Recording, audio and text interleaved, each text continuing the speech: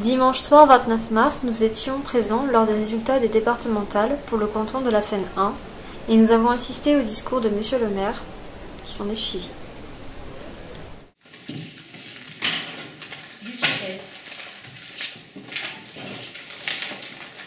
Bouchez.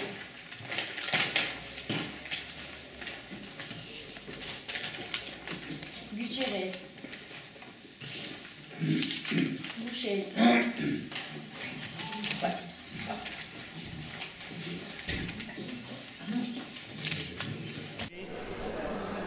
Il y a eu 17 990 votants, 16 491 suffrages exprimés. Là, il y a 337 nuls et 1163 blancs, et ont donc obtenu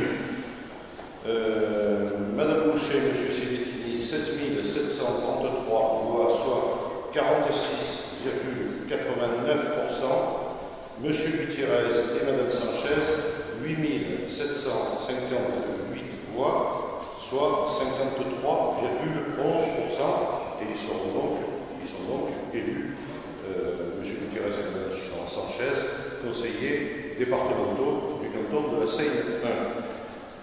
Je ne vais pas reprendre les éléments d'analyse que j'ai évoqués tout à l'heure. Je veux simplement très rapidement confirmer quelques points de vue que j'avais livrés au moment où je vous donnais des résultats provisoires non définitifs. Ils sont confirmés par les chiffres. Il y a à peu près 1500 votes blancs et nuls. Et il y a un écart de 1000 voix, à peu près, entre les candidats de gauche et les candidats de l'extrême droite.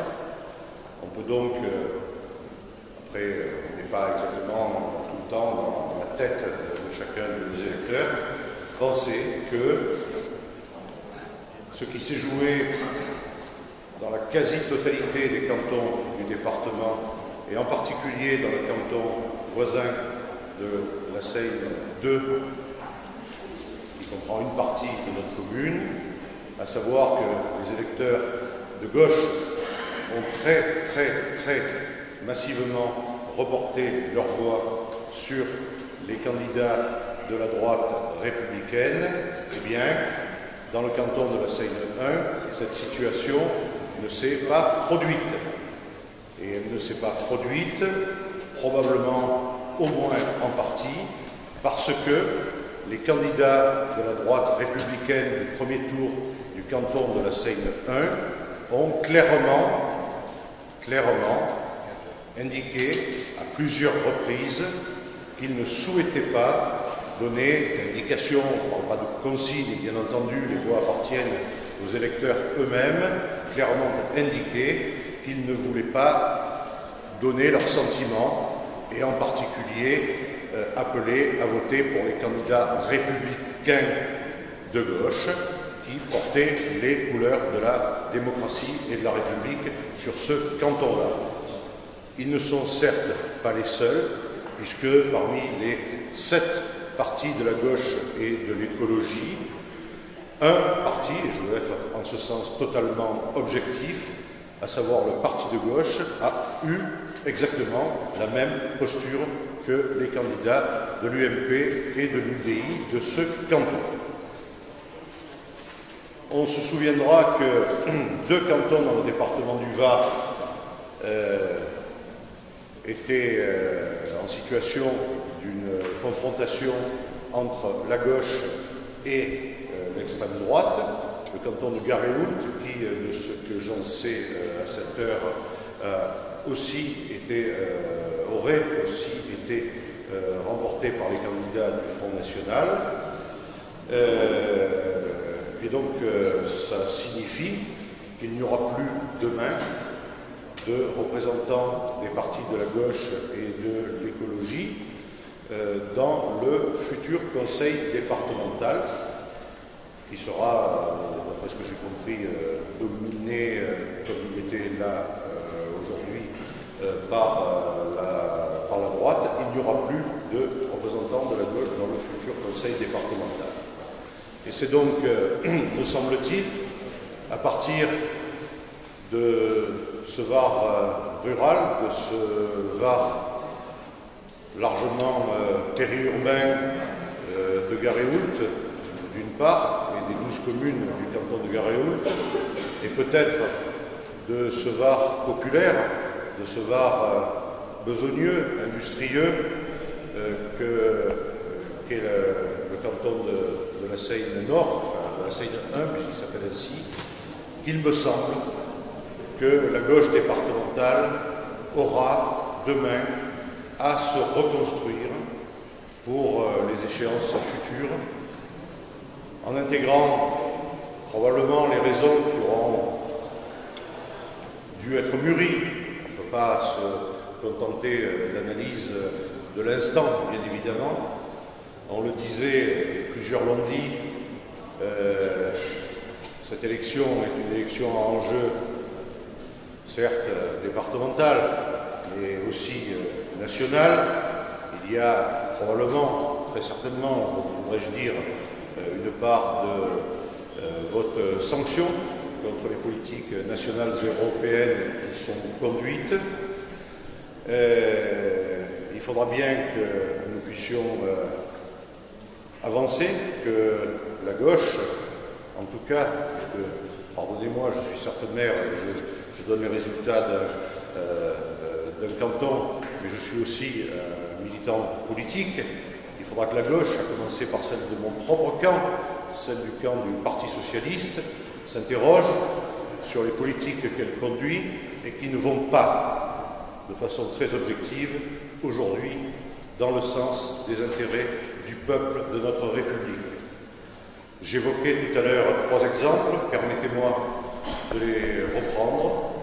J'ai entendu notre Premier ministre se satisfaire d'une redynamisation économique pour le pays.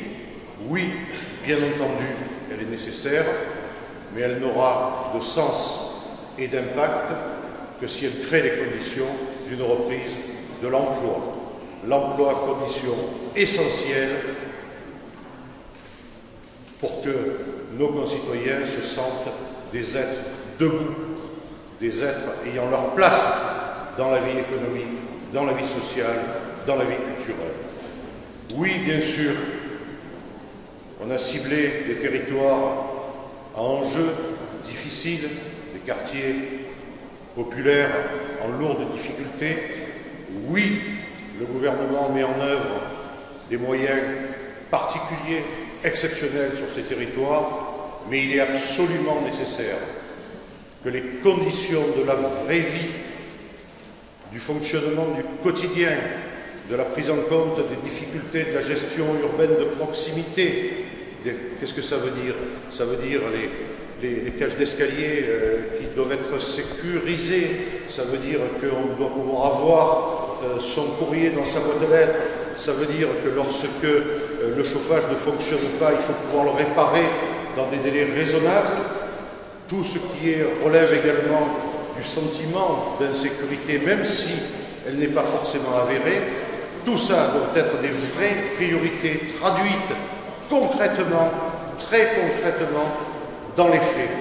Et en particulier en termes de sécurité, certes, nous pouvons nous satisfaire d'avoir obtenu quelques moyens particuliers répartis sur le département parce que la Seine est zone de sécurité prioritaire, mais ce qui est nécessaire d'obtenir aujourd'hui, ce sont des moyens clairs, objectifs, mesurables, de fonctionnaires de police présents sur les territoires pour conduire la mission.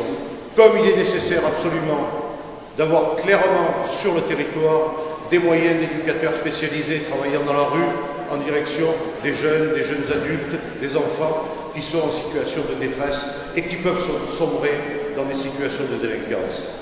Pareillement, c'est très bien d'avoir mis en œuvre un dispositif prenant en compte les temps de vie des enfants des rythmes chronobiologiques, mais si on ne crée pas les conditions pour qu'il y ait plus d'enseignants, notamment dans les quartiers qui ont besoin que l'on accompagne les enfants en difficulté par rapport à leur instruction et donc leur devenir professionnel et donc leur insertion, leur place dans la vie sociale, si on n'a pas les moyens de soutenir la vie associative qui, dans les temps périscolaires, entre midi et 2, le soir, pendant les vacances, les week-ends et surtout pendant les temps où ils se retrouvent à la rue aujourd'hui parce qu'on les lâche de l'école à 4h moins le quart au lieu de 4h30, si on n'a pas les moyens de cette activité de l'éducation populaire qui est absolument indispensable, nous risquons de voir se confirmer demain un appel au secours de nos concitoyens, un peu à l'image de celui qu'ils nous ont envoyé ce soir, et dans des circonstances, à mon sens, beaucoup plus inquiétantes et beaucoup plus graves que celles que nous connaissons aujourd'hui. J'en appelle donc à tous les républicains à se ressaisir. Nous-mêmes, qui sommes élus locaux et qui avons en charge les destinées de la commune jusqu'en 2001, mais également tous ceux à l'échelle départementale, à l'échelle de l'intercommunalité, à l'échelle de la région et surtout à l'échelle de l'État, je les appelle à bien mûrir ce qui se joue sur notre territoire et sur le territoire national pour que nous puissions créer les conditions que la République redonne confiance à ses enfants en elle. Merci de votre attention.